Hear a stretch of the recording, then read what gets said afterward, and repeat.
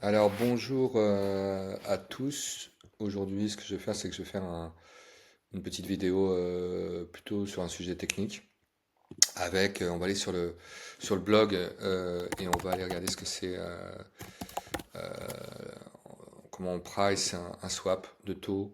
Donc pour ceux que ça intéresse, donc je me sers de l'article que j'ai écrit sur le blog et que vous pourrez consulter. Je le mettrai dans la section commentaires de la vidéo. Donc en fait, euh, alors, je vais essayer d'être assez, comment dire, pédagogue, enfin le plus pédagogue possible. Pour ceux qui ne savent pas trop, donc swap, ça veut dire échanger en anglais. Un swap de taux, ça permet donc d'échanger par exemple un taux simple, un taux fixe, pardon, pas contre un taux variable, ou inversement, et de se protéger, notamment pour une banque, contre notamment la hausse des taux, ce qui s'est passé quand en 2022 on a eu une résurgence de l'inflation, donc les banques centrales ont augmenté les taux, et l'idée pour les banques c'est toujours de se couvrir, ce que n'a pas fait notamment la banque SVB qui a plié là, il y a 2 ans juste parce que enfin juste parce que, enfin essentiellement parce qu'elle n'était pas couverte, et en général quand vous regardez le bilan d'une grande banque française par exemple, vous allez voir qu'elle a beaucoup de swaps hein, avec des notionnels qui peuvent atteindre des milliers de milliards. Pourquoi? Parce que une banque, je sais pas, comme la BNP, elle a un total bilan je sais pas, proche de 2000 milliards. Et elle va avoir à peu près, je sais pas, entre 40 et 50% d'exposition sur des produits de taux. Et quand elle prête, je sais pas, à Tesla, par exemple, 10 milliards, je sais pas, ou 1 milliard, ou 500 millions, elle se trouve exposée à comment dire, une hausse des taux d'intérêt. Et comme les taux et l'évolution des taux et le prix d'une obligation sont inversement corrélé, on risque d'avoir, le taux monte, le prix de l'obligation baisse, une contraction de l'actif. Donc le risque de taux, effectivement, peut s'exprimer même si vous portez le titre jusqu'à l'échéance, puisque l'idée c'est de mark to market et d'enregistrer en fait la valeur économique de vos positions selon les normes IFRS. Donc en fait, il faut se protéger et éviter en fait de subir une hausse des taux. Et donc, du coup, les swaps vous permettent de se protéger. Donc, typiquement, quand vous voyez les taux arriver, vous êtes une banque, les taux augmenter, vous allez vouloir recevoir ce qui monte. Et donc, vous allez recevoir le taux variable et payer le taux fixe. Ce qui va vous permettre, en fait, de vous protéger, puisque quand les taux montent, vous allez le recevoir. Et ça va vous permettre de pallier la contraction de votre actif et d'éviter, comment dire, une crise de liquidité ou un problème de, comme je disais, de mark to market de cette moins-value en fait à l'actif. Hein, c'est la gestion actif-passif. Dans une banque, c'est essentiel.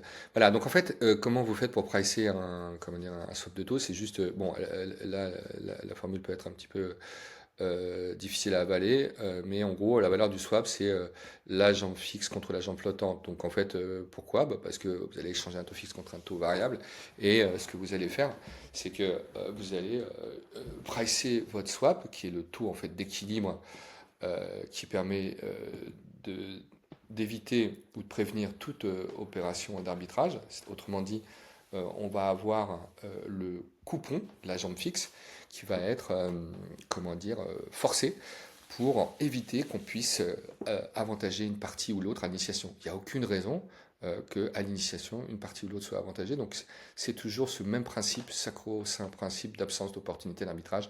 On price les dérivés selon ce principe. Donc en fait, cette formule, c'est juste de dire que le coupon de la jambe fixe, hein, c'est comme d'être long, vous allez recevoir le taux variable, donc vous allez être long sur une obligation à taux variable, et court, prêteur en fait, sur un, un taux, une obligation à taux fixe. Dans le cas où vous voulez vous protéger contre le des taux. Mais à la limite, on s'en fiche. C'est juste d'avoir le coupon. Ça, c'est de la jambe fixe qui va permettre donc de rendre, comme je disais, le swap, euh, rendre la valeur du swap nulle. C'est ça que ça veut dire en fait.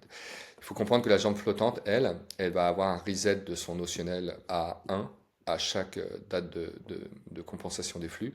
Pourquoi? Parce que si elle suit le taux variable, c'est qu'elle ne subit pas l'augmentation des taux. Donc en fait, on va dire qu'elle a un notionnel qui est toujours égal à 1. Et ce 1, en fait, c'est la valeur notionnelle d'une obligation à taux variable qu'on considère avoir une duration proche de 0, puisqu'elle elle est toujours elle est toujours à s'ajuster à l'évolution des taux et le taux variable, donc par définition, euh, suit, le- suit la courbe des taux en fait en temps réel et elle n'a pas à subir, il n'y a pas d'effet de duration de sensibilité au taux juste parce que elle est mécaniquement protégée.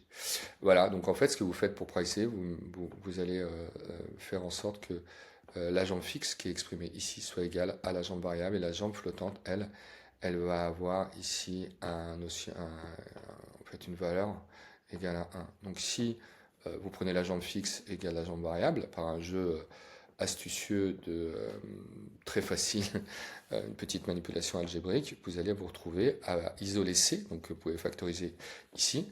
Les discount factors, ils se retrouvent là, hein, c'est 1 sur 1 plus T1, ça va être le discount factor, et vous allez exprimer le coupon qui est en fait le taux fixe, qui est en fait le taux d'équilibre, le prix d'équilibre. On dit price un swap d'auto, c'est trouver le coupon de la jambe fixe, sachant que la jambe variable a toujours un notionnel de 1 qui est tel qu'aucune opportunité d'arbitrage est possible à l'initiation du swap, ou autrement dit, c'est la valeur du coupon tel que de la jambe fixe qui rend la valeur du swap égale à 0. Et on peut tout à fait utiliser ce principe pour pricer un FRA ou n'importe quel, ou un forward, ou un futur, pour donc l'absence d'opportunité d'arbitrage étant donc le, le, la théorie fondatrice qui permet de pricer tous ces dérivés. Voilà, merci et à bientôt. Je mettrai donc le lien vers l'article dans